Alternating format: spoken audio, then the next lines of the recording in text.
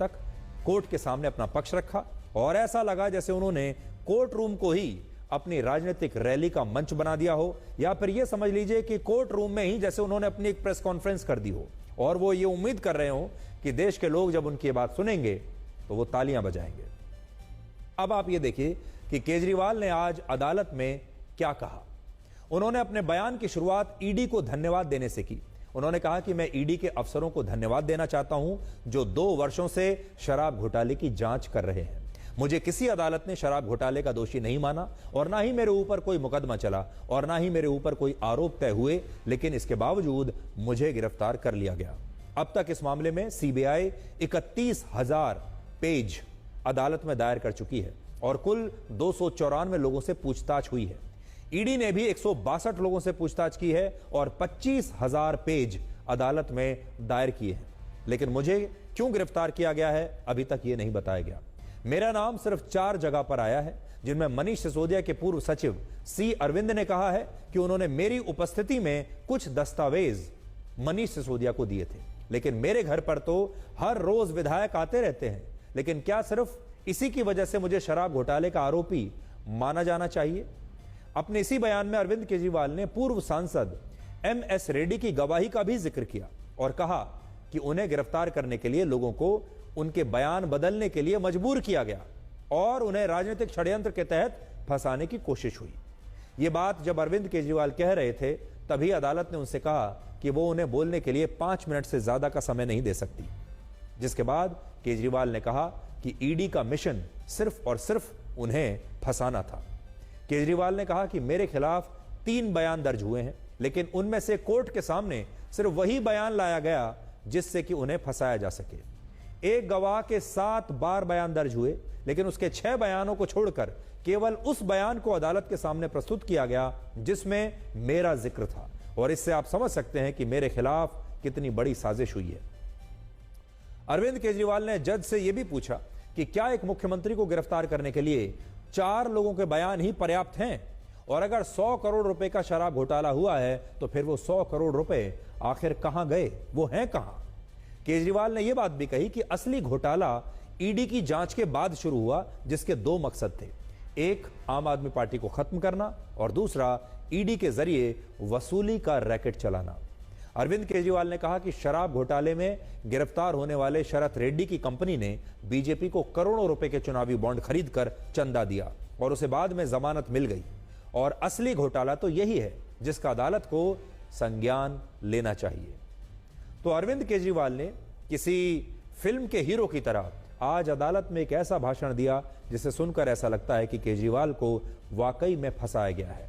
आप भी उनकी ये सारी बातें सुनकर शायद यही सोचेंगे कि अरविंद केजरीवाल के साथ बड़ी नाइंसाफी हुई है, लेकिन जब अदालत ने ये सारी बातें सुनी तो अदालत ने केजरीवाल की रिमांड बढ़ाने की मांग को खारिज नहीं किया। यानी अदालत का दिल नहीं पसीजा।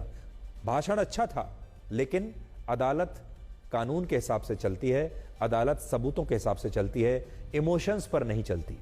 अदालत ने बल्कि यह कह दिया कि अभी अरविंद केजरीवाल 4 और दिन ईडी की हिरासत में रहेंगे। यानी ईडी की हिरासत को, केजरीवाल की जो हिरासत है उसे अदालत ने और बढ़ा दिया 4 दिन के लिए, इतनी शानदार परफॉर्मेंस के बावजूद।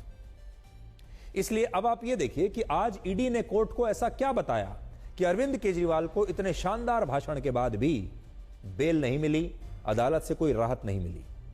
तो ईडी ने यह कहा कि केजरीवाल से अब तक जो पूछताछ हुई है उसमें उन्होंने किसी भी सवाल का सीधा जवाब नहीं दिया है और वो पूछताछ में ईडी के साथ बिल्कुल सहयोग नहीं कर रहे हैं। ईडी ने यह भी कहा कि कोई भी व्यक्ति कानून से परे नहीं है, कानून से ऊपर नहीं है, हर व्यक्ति इस देश में बराबर है। और ईडी के सबूत हैं कि केजरीवाल ने शराब घोटाले में 100 करोड़ रुपए की रिश्वत मांगी और रिश्वत का यह पैसा गोवा के विधानसभा चुनावों में इस्तेमाल हुआ। और ईडी ने यह भी कहा कि उसके पास गोवा के विधानसभा चुनाव में आम आदमी पार्टी के पास हवाला से आए पैसे की पूरी मनी ट्रेल है। और ईडी ने अरविंद केजरीवाल से यह भी पूछा कि उन्हें यह कैसे पता चला कि इस मामले की जांच में ईडी के पास कितने दस्तावेज हैं और कितने नहीं। सबसे बड़ी बात ईडी ने यह कही कि अरविंद केजरीवाल से जुड़े एक मोबाइल फोन का डेटा ईडी ने निकाल लिया है, जिसकी जांच हो रही है। लेकिन 21 मार्च को अरविंद केजरीवाल के घर से ईडी को जो 4 डिजिटल डिवाइस मिले थे उनके पासवर्ड अरविंद केजरीवाल ने अब तक ईडी को नहीं बताए हैं और कहा है कि वो अपने वकीलों से विचार विमर्श करने के बाद ही ये बताएंगे कि वो पासवर्ड देने के लिए तैयार हैं या नहीं।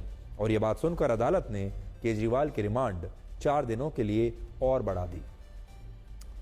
आप भी सोचिए कि अगर अरविंद केजरीवाल ने कुछ नहीं किया है तो वो इन डिजिटल डिवाइसेस का पासवर्ड ईडी को क्यों नहीं बता रहे, जबकि उनके वकीलों का और केजरीवाल का ये कहना है कि वो हिरासत में है और वो अपने किसी भी फोन का या लैपटॉप का पासवर्ड बताने के लिए बाध्य नहीं है, उन्हें पासवर्ड बताने के लिए बाध्य नहीं किया जा सकता।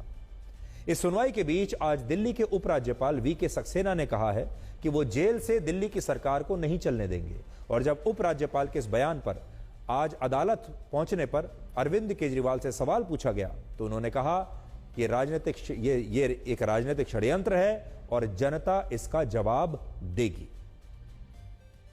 सीएम सर, एलजी सेइंग कि सरकार जो है वो जेल से नहीं चलेगी। What would you like to say on this? LG कह रहे सरकार जेल से नहीं चलेगी। ये एक पॉलिटिकल षड्यंत्र है, जनता इसका जवाब देगी। सीएम सर, एलजी सेइंग कि सरकार जो है वो जेल से नहीं चलेगी। What would you like to say on this? LG कह रहे सरकार जेल से नहीं चलेगी। ये एक पॉलिटिकल षड्यंत्र है, जनता इसका जवाब देगी। अब आप ये देखिए कि दिल्ली हाई कोर्ट ने आज उस याचिका को कैसे खारिज कर दिया जिसमें अरविंद केजरीवाल के जेल से सरकार चलाने को लेकर चुनौती दी गई थी और कहा था कि केजरीवाल जेल में रहते हुए सरकार नहीं चला सकते। इस मामले में हाईकोर्ट ने सुनवाई करते हुए याचिकाकर्ता के वकील से पूछा कि क्या वो अदालत को यह बता सकते हैं कि ये किस कानून में लिखा है कि मुख्यमंत्री जेल से सरकार नहीं चला सकते। हाईकोर्ट ने यह पूछा कि जरा हमें दिखाइए कि ऐसा कहां लिखा है कि केजरीवाल या कोई भी मुख्यमंत्री जेल से सरकार नहीं चला सकता। इसके बाद हाईकोर्ट ने कहा कि जेल से सरकार चलाने में कुछ व्यवहारिक परेशानियां, दिक्कतें हो सकती हैं, लेकिन अदालत को इस मामले में राष्ट्रपति या दिल्ली के उपराज्यपाल को निर्देश देने की जरूरत नहीं है और यह अदालत का काम है भी नहीं। और हाईकोर्ट को यह विश्वास है कि इस मामले में कुछ समय लग सकता है, लेकिन कार्यपालिका समय आने पर उचित फैसला लेगी और अदालत की तरफ से इसमें कोई दखल नहीं दिया जाएगा। यानी हाईकोर्ट ने आज साफ साफ कह दिया कि वो अरविंद केजरीवाल को जेल से सरकार चलाने पर नहीं रोकेगी और अगर इस मामले में कोई फैसला लेना भी है तो यह फैसला दिल्ली के उपराज्यपाल या देश के राष्ट्रपति लेंगे। और इस फैसले से यह बात बिल्कुल स्पष्ट है कि अरविंद केजरीवाल अभी मुख्यमंत्री के पद से इस्तीफा नहीं देंगे और वो ऐसे ही ईडी की हिरासत में रहते हुए या आगे चलकर अगर वो जेल भी जाते हैं तो वहीं से सरकार चलाते रहेंगे, वो झुकने वाले नहीं हैं। लेकिन यहां महत्वपूर्ण बात यह है कि अरविंद केजरीवाल की गिरफ्तारी के बाद आम आदमी पार्टी के तमाम बड़े नेता अब पिक्चर से गायब हो गए हैं और अब सुनीता केजरीवाल ही मीडिया से संवाद कर रही हैं और वही हर जगह पर दिखाई भी दे रही हैं। और आज भी सुनीता केजरीवाल ने कहा है कि अरविंद केजरीवाल को बहुत तंग किया जा रहा है और उनका स्वास्थ्य ठीक नहीं है और जनता इसका जवाब जरूर देगी। आप मिली है सर से, कुछ कहा सर ने, कुछ बात हुई? How is his health ma'am? Ma'am उनकी हेल्थ कैसी है? उनकी हेल्थ अभी ठीक नहीं है। आपके सीएम को बहुत तंग किया जा रहा है, बहुत परेशान किया जा रहा है, जनता जवाब देगी। आज सुनवाई के दौरान अरविंद केजरीवाल की पत्नी सुनीता केजरीवाल और उनकी बेटी हर्षित केजरीवाल कोर्ट रूम में ही मौजूद थी, जबकि उनके पिता गोविंद राम केजरीवाल को आज सुबह मुख्यमंत्री आवास के बाहर देखा गया, जबकि वो काफी बूढ़े हैं, चलने में उन्हें परेशानी होती है और वो इस तरह से बहुत कम बार अपने घर के बाहर नजर आए हैं। अभी तक सार्वजनिक रूप से बहुत कम नजर आते हैं, लेकिन आज जब केजरीवाल की कोर्ट में पेशी होनी थी तो उनके पिता आज सुबह मीडिया के सामने आए और केजरीवाल ने अपनी गिरफ्तारी के बाद कहा भी था ये कि ईडी ने उन्हें इतनी जल्दी गिरफ्तार कर लिया, इतनी जल्दबाजी में गिरफ्तार किया कि वो अपने माता पिता से मिलकर उनका आशीर्वाद भी नहीं ले सके, माता पिता के पांव भी नहीं छू पाए।